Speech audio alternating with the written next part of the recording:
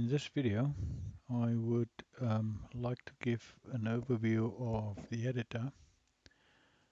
Let me just log into the backend, and I'll use create an article to use the editor. Right, so what you see in front of you here is the editor, this window here. And in an event where you want to create an article, or any article really, must have a title. So you have to give an article title. The alias is not necessary to give it an alias. You can give it an alias. The system will create its own alias if you don't give it an alias. And apart from the main window of the editor with these toolbars, at the bottom of it you also have a few links where you can do a certain amount of things, like attaching an article or attaching an image or inserting an image into the page that you want to do, and other things like a page break or a read more, which we'll go into more detail a bit later. But when you create an article, every article must belong to a certain category. As you can see there, you can see that's asterisk there means that it's mandatory that you should choose a category. If you don't choose a category, the category will automatically be uncategorized, as you can see there. The three categories apart from uncategorized that we have for this website, for the Atterbury website, is the news category, the gallery category, and the help category. The help category is, of course, where we create all these articles for the help for the administrator. Right, so then there's also an area where you can add and delete tags. I don't use it, so not mandatory to use that kind of thing. There's also a version note area where you can make a note about the version of a specific document, like this is version 1, this is version 2, or whatever it is. You can add another author's alias. You have to give your article a status, a publication status, as you saw there. It defaults to published, but you can choose unpublished, which means you're still working on it, so you're not ready to publish it yet. You can make it archived, or you can trash it. Right, so the next area to consider, I'm just scrolling up a bit, is whether the article is featured or not featured. Now, featured would mean that it will appear on the front page. So most of the articles and most of the stuff that we work on are not featured because they don't appear on the front page. Right, then for any article that you can do, you can either leave these two fields blank, or you can decide when you want to publish it.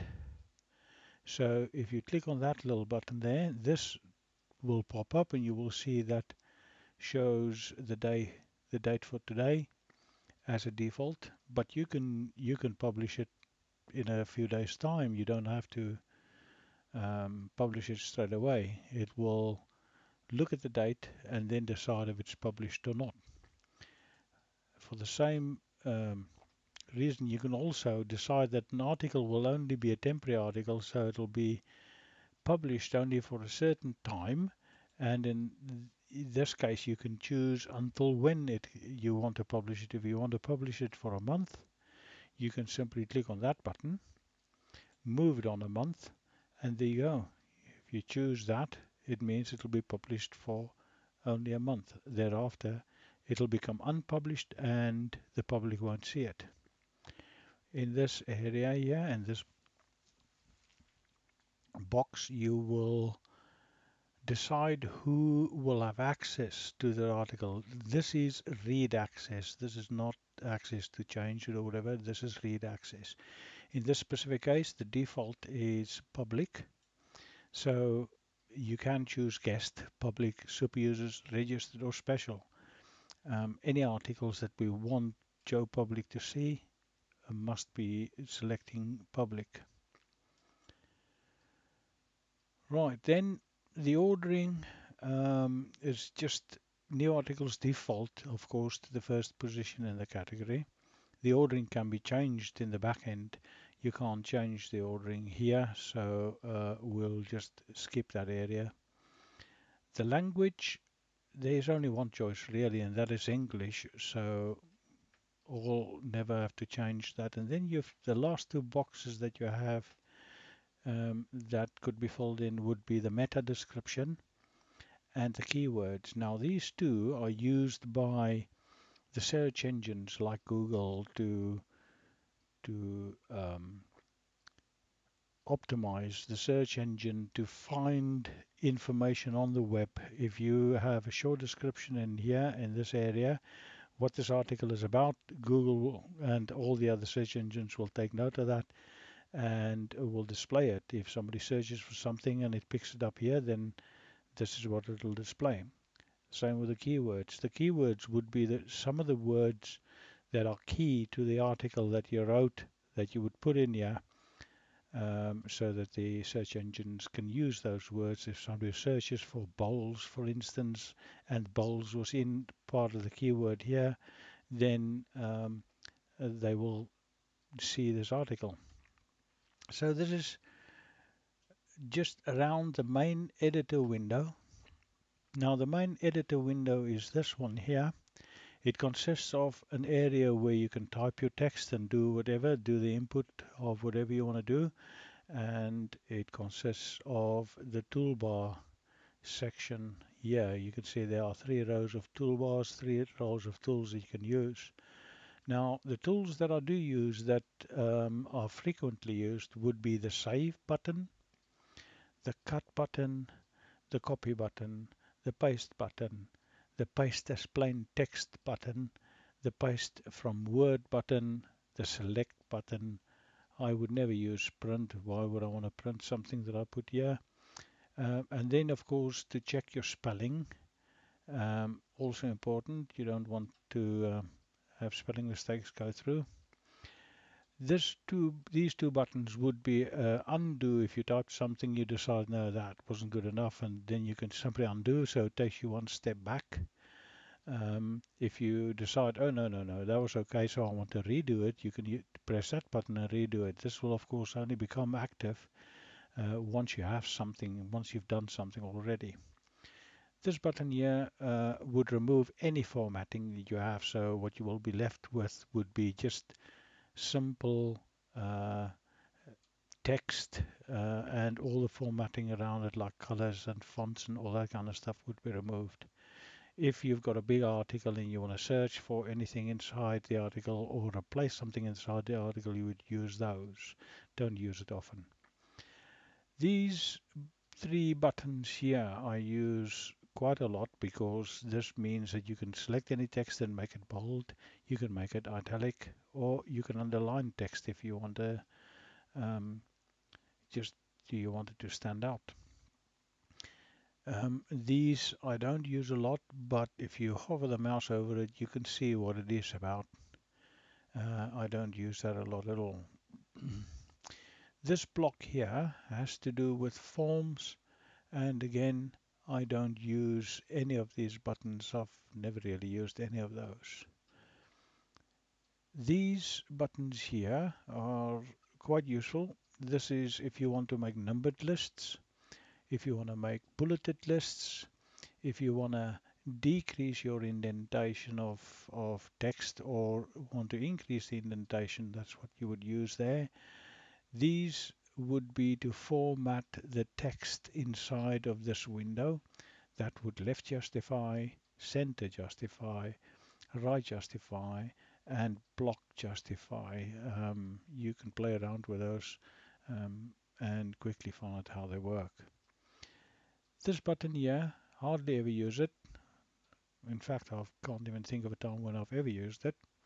This one, very useful because if you've got some text, maybe let's say a website name or something that you refer to in your article, you can create a link with that. That'll, if somebody clicks on that link, it'll take them to the other website.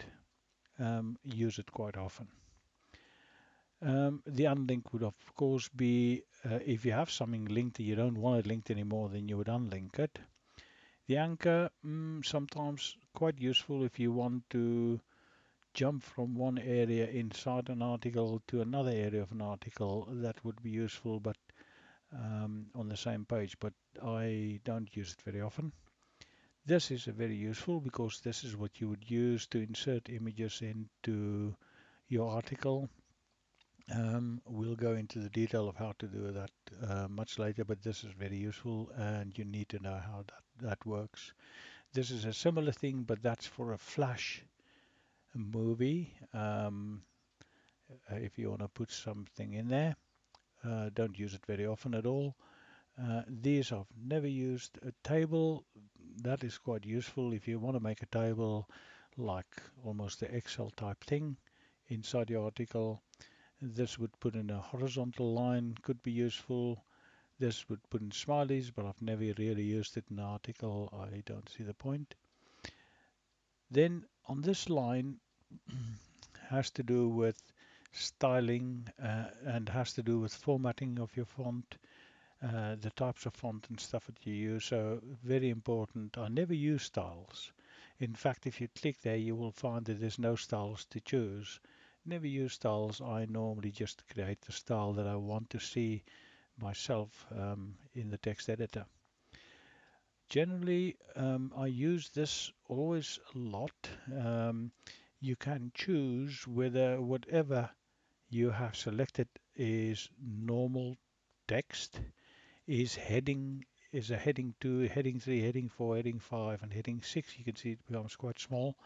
Whether it's formatted, address, never you really use formatted or address for that matter, but I use normal def quite a lot. It formats your text in a very nice block, so it's quite readable. Right, now create a div container. Don't use that. Really very technical stuff, but I don't use that. Show the blocks. This, if you would click it, would simply show the blocks in your text. As you could see there, I just clicked on it, so there it shows you that this is a paragraph. It has to do with HTML. Don't really use it often. Font, always use it. You will see that there are a few different fonts that you can choose from. My preference, of course, is Verdana because Verdana is quite readable, looks very nice, very easy to see on a screen, and very easy to format. Size, I always use this size. Of course, if you put something on the screen and you put it to such a small font, you'll have to really squint to be able to read. The sizes I tend to use would be 14 and 16. In fact, you will see most pages on this website would be made up of 16 font or 14 font if I'm pressed for a bit of space or whatever. But both of them are quite readable. And most of the stuff I do on that font. And I try to keep it consistent on the website. Right, next you have a button where you can choose what text color you want. So if you highlight a word, you can choose whatever color you want that word to be, or that sentence, or that block of text that you selected. It'll change the color of the font to that. I'm not going to do too much demonstration now. This is just a quick overview of this editor.